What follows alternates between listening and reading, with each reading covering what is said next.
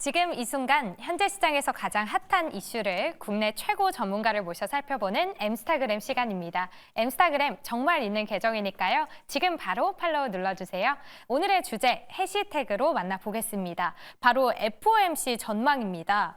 FOMC 올해 첫 FOMC 회의에서 기준금리를 동결했습니다. 지난해 7월 이후 4번 연속 동결인데요. 이유는 뭘까요? 그중 하나로 물가 상승률인 목표치인 2%에 가까워진다는 더 확실한 증거가 필요하다는 겁니다. 3월 금리 인하도 지켜봐야 할 것 같다며 선을 그었는데요. 파월 의장이 기자회견 후 금리 인하 확률은 20%포인트로 낮아졌습니다. 오늘 엠스타그램에서는 이번 FOMC 회의를 꼼꼼히 리뷰해 보도록 하겠습니다. 지금 바로 만나보시죠.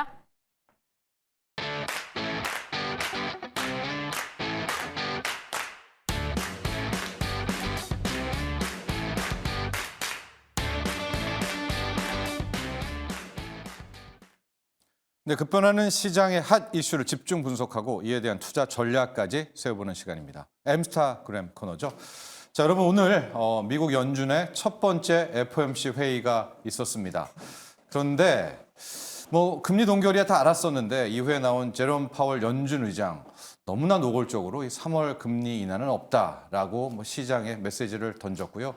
그다음 5월 이후의 인하에도 좀 퀘스천 마크가 찍혔습니다. 자, 앞으로 미국의 금리 또 통화 정책 어떤 방향으로 흘러갈까요?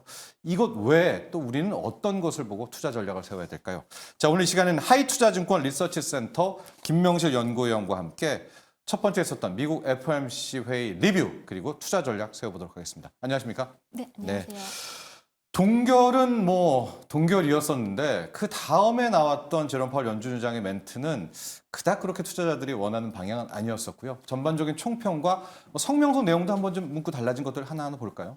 네, 시장에서는 아시다시피 연초부터 조기 인하 가능성들을 굉장히 많이 기대를 했었죠. 3월 인하 가능성들에 대해서 시장의 기대감 굉장히 높았었습니다. 근데 사실상 이번 FOMC에서는 3월 인하 가능성이 이번 FOMC를 통해서 완전히 조금 낮아졌다, 네. 낮아지는 계기가 되었다라고 네. 보고 있고요. 네. 성명서 내용을 몇 가지만 조금 짚어보면 첫 번째로 제가 가장 중요하게 생각했던 포인트 중 하나는 추가 인상에 대한 단어가 삭제가 됐습니다. 네.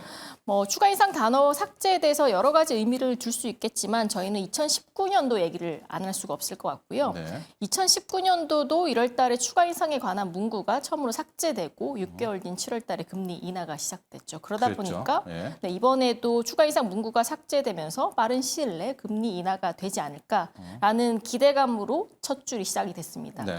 근데 성명서를 쭉 아래쪽으로 내려가면서 읽어보면 네. 그럼에도 불구하고 앞서 언급해 주셨듯이 물가가 연준의 목표치 2%대로 안전하게 도달하는 기간까지 저희는 파월 의장은 기다리겠고 그게 확인이 되어야지 금리 인하, 금리 정책을 조금 변경하겠다라는 그런 발언들이 추가되면서 이런 문구 자체는 사실상 3월 인하는 없을 거라는 걸 간접적으로 시사를 했다라고 저는 보고 있습니다.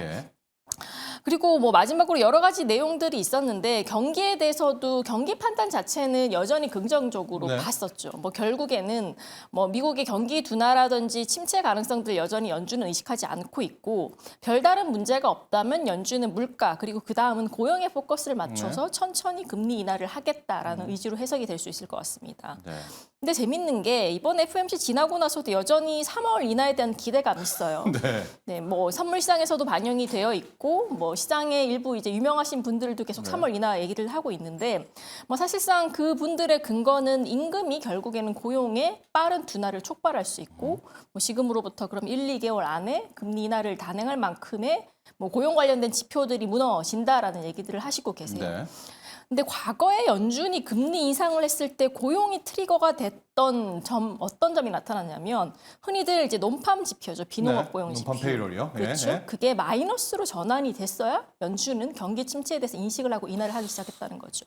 그 정도까지 봐야 돼요? 그렇죠. 근데 지금은 그렇진 않아요. 지금은 10만 명대 후반으로 여전히 유지를 하고 있고 당연히 올해 둔화되겠지만 그게 적어도 1분기, 2분기 초반까지는 아니라는 거죠. 그런 것들 때문에 저는 사실상 3월 인하는 불가능 그리고 시장에서 지금 기대하고 있는 5월 인하도 확신하기는 조금 어렵지 않을까라고 생각을 하고 있습니다. 근데 오늘 뭐 기자회견에도 얘기했지만은 자기가 확신이 들 때까지 물가가 또 뭐 잡혔다는 혹은 뭐 경기가 꺾였다는 때까지는 금리 인하는 없는데 3월은 그런 확신이 안 들 것 같다고 얘기를 했잖아요. 맞아요. 그럼 그 확신이라는 거는 금돈 PC와 뭐 논판 페이로 비농업 고용지표의 임금 상승 뭐 이 두 가지로 진짜 디테일하게 보면 그건가요? 그렇죠. 두 개? 연준의 맨데이트는 딱 두 개예요. 이 네. 공식적으로는 PC 물가 지수 그리고 두 번째로는 고용 관련된 지표인데 저희가 가장 대표적으로 보는 지표 중 하나가 비농업 고용자 수의 전월비 증가인 거죠. 네. 이 두 가지 내에서의 뭐 경기 둔화라든지 연준이 금리 인하를 할 만큼의 지표 둔화가 확인되기 전까지 연준은 사실상 인하 계획이 없다라고 보시면 되실 것 같습니다. 그런데 우리 위원님도 보셨지만 지금 서비스 뭐 상품이 아니라 서비스 물가까지 본다고 했으니 그게 떨어지려면 2월, 3월, 어렵죠. 4월도 그렇죠. 아니다. 서비스 물가는 특히나 아시다시피 하방적 네. 특성이 있는 물가예요. 이게 한번 올라가면 뭐 외부 충격이 발생하지 않는 이상은 쉽게 떨어지기 어렵죠. 그러면 물가 둔화에 대한 속도는 생각보다는 느리게 진행될 수 있고 네. 여기다가 지금 연초부터 지정학적 리스크 부각되면서 유가가 다시 꿈틀거리고 있어요. 네. 그러면 이런 부분들은 당연히 시차를 두고 물가에 반영이 될 거기 때문에 뭐 다른 요인들이 떨어진다라고 하더라도 물가에 대한 하방들은 여전히 견고하다라고 보고 있습니다. 자, 그래서 뭐 뉴욕 증시 결과적으로 나스닥 큰 폭으로 빠졌습니다. 반면에 국내 증시는 우리 앞서도 얘기를 했지만 정반대의 상황이 왔어요. 뭐 기업 밸류 프로그램 일지 아닐지 외국인들은 또 코스피는 오늘 굉장히 적극적으로 사들였단 말입니다. 이런 좀 뭐 디커플링의 뉘앙스는 어떻게 읽으셨어요? 뭐 일단 통화 정책에 대한 영향력은 다 똑같았을 거예요. 네. 미국도 마찬가지로 일단 조기나 기대는 없다. 그것 네. 때문에 미국 증시가 빠졌던 것들도 있는데 네. 사실상 어제 미국 국채 금리가 빠졌던 주요 요인 중 하나는 물론 네. 통화 정책도 있지만 이제 그 외로 미국 은행의 이제 적자 전환으로 인해서 글로벌 신평사가 해당 은행의 신용 평가 등급을 하향 조정 검토를 하고 있다라는 기사들가 났었어요. 네. 그러다 보니까 작년 상반기에 겪었던 SVB 사태가 재현되는 게 아닐까라는 네. 우려감들이 위험 자산에 대한 그런 리스크들을 촉발시켰는데 사실상 미국의 은행 리스크와 국내 증시와의 상관성은 굉장히 떨어집니다. 네. 그리고 뭐 국내 그 증시 참가자들은 그러니까요. 그렇죠. 네, 뭐 네. 상대적으로 밸류에이션 측면에서 뭐 더 많은 매수가 네. 들어갔을 수 있고 뭐 대외적인 리스크 요인들이 한국에는 조금 영향력이 제한적이다 이런 심리들이 반영이 된 것 같습니다. 그리고 이제 10년물 금리가 크게 떨어졌습니다. 그건 조금 이따가 또 얘기를 해보도록 할 텐데 자, 뭐 앞서 우리가 코스피는 왜 올랐는가 얘기는 좀 해봤으니까요. 다음 QT 이야기와 이 10년물 금리 이야기하기 전에 앞으로 그럼 통화정책 방향 한번 짧게 볼까요? 3월 아니고 5월도 힘들다면 6월? 뭐 이게 말장난이긴 하도 사실상 파월 의장도 모르실 거예요. 이게 지표와 물가가 어떤 궤적을 가지고 갈지는 아무도 모르는 거잖아요. 네. 근데 이제 저희는 이제 추론을 해보는 거죠. 뭐 예를 들어서 일단 3월은 아닐 것 같고 네. 그리고 파월 의장이 성명서에서는 QT 관련된 얘기들이 없었는데 파월 의장 입에서 QT 논의를 3월 달에 진행하겠다라고 네. 했어요. 저는 이게 네. 굉장한 포인트라고 저도요. 생각을 네, 하고 네. 있거든요. 역시나 2019년 케이스를 또 생각하지 않을 수 없는데 2019년도에 어떤 일이 있었냐면 2018년 12월 FOMC에서 QT 논의가 처음 논의가 됐었어요. 네. 그리고 1월 달 FOMC에서 19년 1월이죠. QT의 논의가 조금 진전이 더 있었고 네. 그리고 이어서 3월 달 FOMC, 2019년 3월 달 FOMC에서 QT 감속에 대한 스케줄이 나왔어요. 그리고 9월까지 종료하겠다라는 계획이 발표가 네. 됐죠. 그러다 보니까 이번에도 일단 12월 FOMC 의사록에서 QT 얘기가 나왔잖아요. 그리고 1월 달에는 비록 나오지 않았지만 파월의 입에서 3월에는 조금 긍정적으로, 조금 심도 있게 계획을 검토를 하겠다라고 얘기들이 나왔기 때문에 예. 그럼 3월 달에 QT 얘기 나오면 그 스케줄대로라면 과거의 스케줄대로라면 아마 QT 감속 스케줄은 2분기부터 나올 거라고 생각을 해요. 네. 제가 이 얘기를 왜 들었냐면 저는 금리 인하가 QT보다 먼저 선행되긴 어렵다라고 생각을 네. 해요. 파월 의장이 QT에 관련된 발언을 괜히 한 건 아닐 거잖아요. 그 말 한마디 한마디가 굉장히 중요한 거고 네. 시장에 어떤 영향들을 줄 수 있기 때문에 괜히 금리 인하 같은 얘기했다가 인플레이션, 기대 인플레이션이 또 올라가면서 연준의 실책으로 연결될 수 있기 때문에 굉장히 발언에 조심을 할 건데 QT 얘기가 나왔다는 건 금리 인하보다 QT를 선행할 수 있다. 네. 그래서 저는 2분기에 QT가 먼저 스케줄이 진행이 되고 감속에 대해서 네. 그다음 6월에서 7월 FOMC를 통해서 실제로 금리 인하가 인하가 단행될 이루어지고. 가능성 크다라고 보고 있습니다. 네, 이 QT 얘기를 지금부터 좀 해봐야 될 것 같은데요. 뭐 여러분들 잘 아시겠지만 QT는 QE의 반대입니다. 이 퀀터티브 타이트닝이라고 해서 이제 그동안은 연준이 보유하고 있는 채권을 시장에 팔면서 유동성을 좀 흡수했는데 그 QT를 이제 좀 멈출 수 있을까? 뭐 줄일 수 있을까? 이 QT를 멈추겠다. 실은 이게요, 위원님. 금리 인하도 좋지만 유동성 차원에서 보면 이것도 상당한 호재 아닙니까? 주식시장에는? 맞습니다. 예. 네. 그런데 그 QT 축소 혹은 QT 중단을 3월 FOMC 회의 때 할 가능성은 있나요? 그렇죠. 일단 파월 의장이 그 이를 계획을? 통해서 네, 나왔으니까, 나왔으니까. QT 관련된 논의들은 훨씬 더 진전될 가능성이 클 거고요. 예. 뭐 또 시장에선 기대를 하겠죠. QT 그러면 3월 달에 QT 스케줄을 발표를 할까? 근데 네. 스케줄까지는 아닐 것 같아요. 아, 이미 그래요? 한번 의논을 하겠다라는 거지 그때부터 감속에 대해서 가이드라인을 제시를 하겠다라는 발언들은 아니었기 때문에 네. 저는 그래서 3월 달 한 차례 논의를 하고 그다음 5월 달 뭐 2분기 정도에 QT 감속 관련된 스케줄이 나올 거라고 생각을 하고 있고요.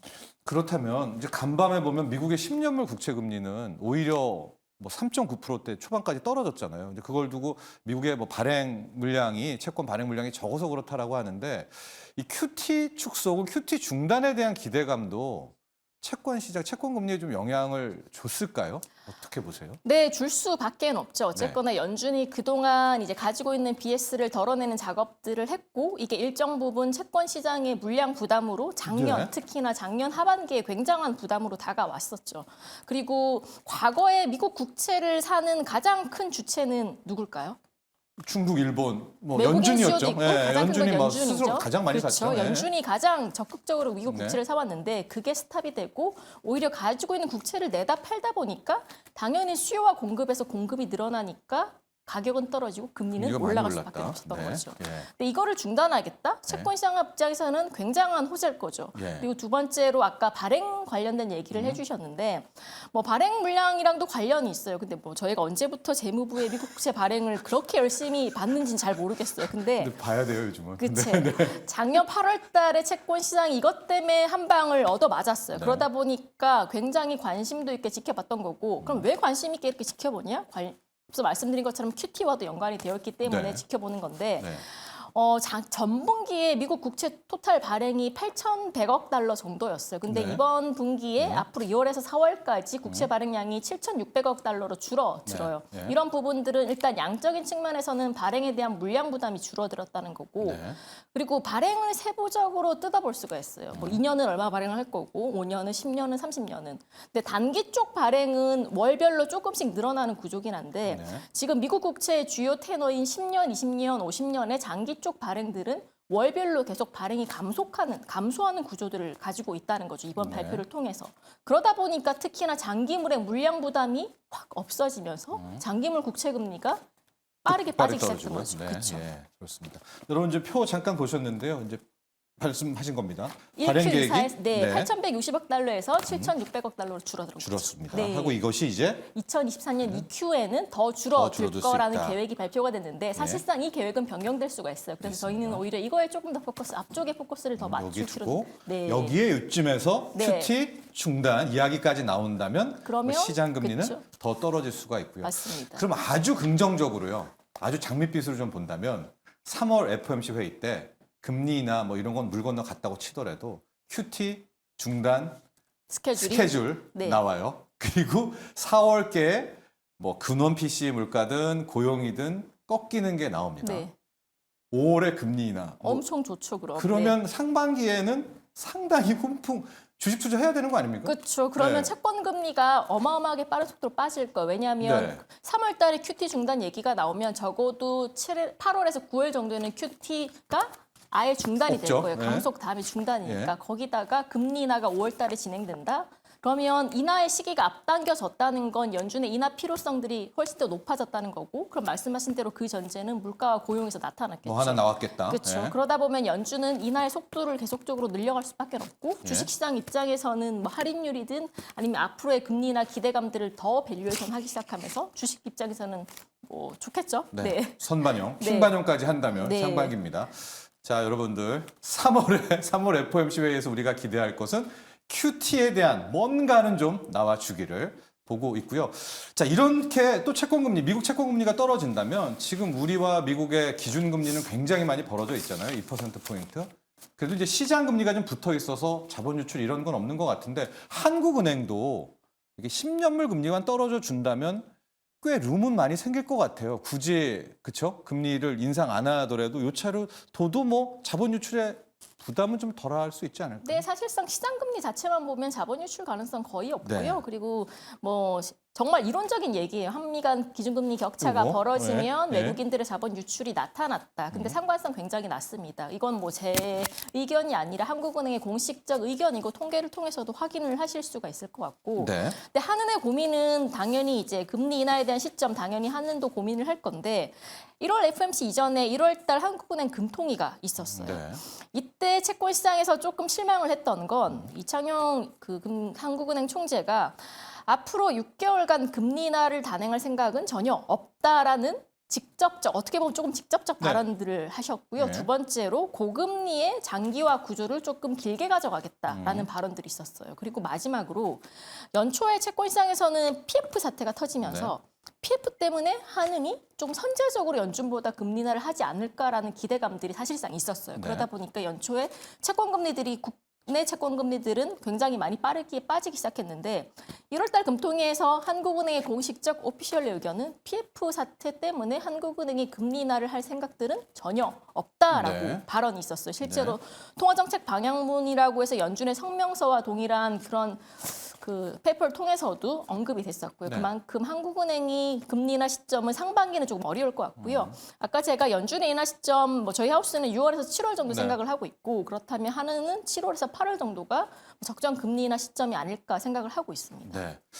2007년 때를 한번 좀 먼 얘기지만 돌아가 보면 그때는 오히려 우리가 한번 느닷없이 금리를 올렸다가 내리지 않았었습니까? 맞아요. 우리도 총선 끝나고 만에 하나 뭐 전기요금이라든가 가스요금 같은 거 정상화하고 이랬을 때 깜짝 인상은 가능성은 좀 없을까요? 뭐 사실상 1월 달 금통위에서 최종 정책 금리 레벨이 그동안은 네. 3.75였는데 3.5로 클로징이 됐거든요. 네. 그래서 연간으로 봤을 때는 추가적인 인상 의지는 하나도 없다라는 게 연준처럼 1월 달 금통위에서 확인이 돼서 네. 뭐 지금 금리 인상을 예상하기는 조금 없고 확률도 굉장히 낮다라고 보고 있는데 만약에 총선 이후에 정말 물가가 생각지도 들썩인다면. 못하게 올라가기 시작하면 오히려 추가 인상보다는 금리를 묶어두는 기간들을 조금 장기간 가져간다라고 생각을 하고 있어요. 왜냐하면 뭐 결국엔 물가겠죠. 근데 물가라는 건 이제 흐름이 있어요. 사이클이. 네.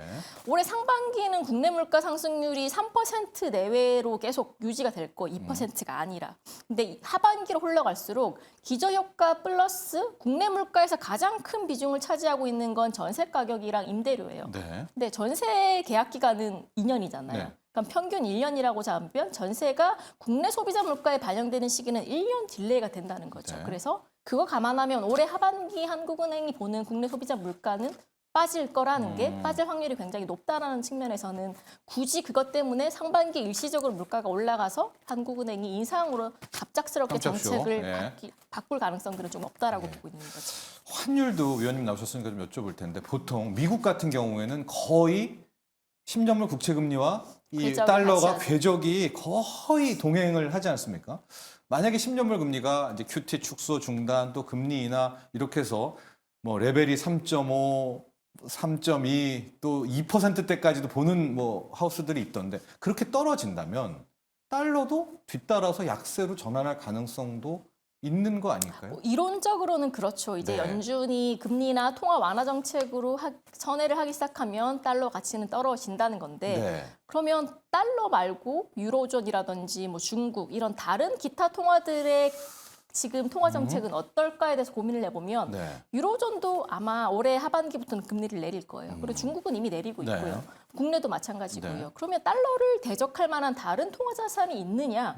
그게 없다라는 거죠. 그런 거기 때문에 달러의 하방은 저는 만들어진다고 생각하고 통화정책 사이클에서 금리가 내려가고 달러 가치도 내려갈 수는 있겠지만 생각하는 것만큼 연준의 그 통화 완화에 대한 속도만큼 달러가 빠지기는 어렵다라고 생각을 하고 있고요. 그러니까 뭐 굳이 하방을 논하자면 10년물 금리는 크게 빠질 가능성은 있으나 반면에 달러 인덱스라든가 달러 가치는 오히려 하방이 더 탄탄하다. 이렇게 그렇죠. 결론을 내리면 될까요? 네. 알겠습니다. 자, 오늘 올해 첫 번째 있었던 미국 연준의 FOMC 회의 리뷰도 해봤고요. 또 여러분 가장 중요한 키워드 QT라는 사실 오히려 꼭 기억하시기 바랍니다. 오늘 함께해 주셔서 감사합니다. 네, 감사합니다. 네.